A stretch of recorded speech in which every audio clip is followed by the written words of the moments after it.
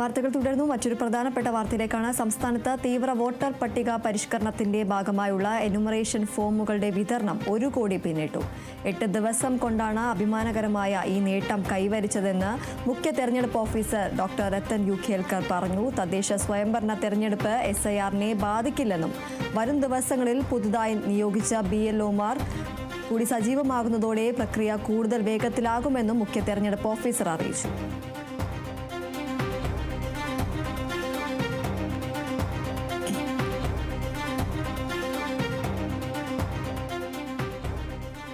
സംസ്ഥാനത്ത് തീവ്ര വോട്ടർ പട്ടിക പരിഷ്കരണത്തിന്റെ ഭാഗമായുള്ള എനുമറേഷൻ ഫോമുകളുടെ വിതരണം 1 കോടി പിന്നിട്ടു എന്ന വിവരമാണ് പുറത്തുവരുന്നത്.